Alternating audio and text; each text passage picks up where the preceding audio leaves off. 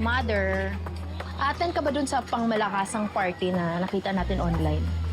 Di ba, marami daw pumubutang mayayamang matanders dun. Oo nga.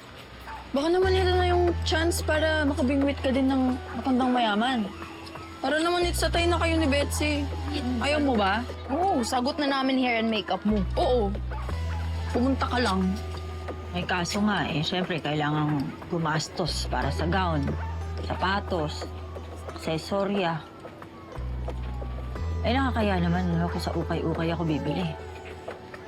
Eh di, magpagawa tayo sa designer ng gown. Tapos bumili tayo ng bagong shoes mo and accessories. Bet? Mga magkano ba yan aabutin? Mura lang. Siguro, mga 100 kyaw. Bongga ka na sa red carpet niyan. 100 kyaw.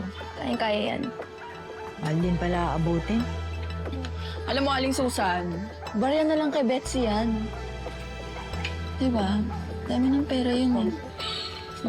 Manhid ba talaga kayo? O sadyang tanga lang? Ang sulit yung joke mo. Hindi kami okay ni Betsy.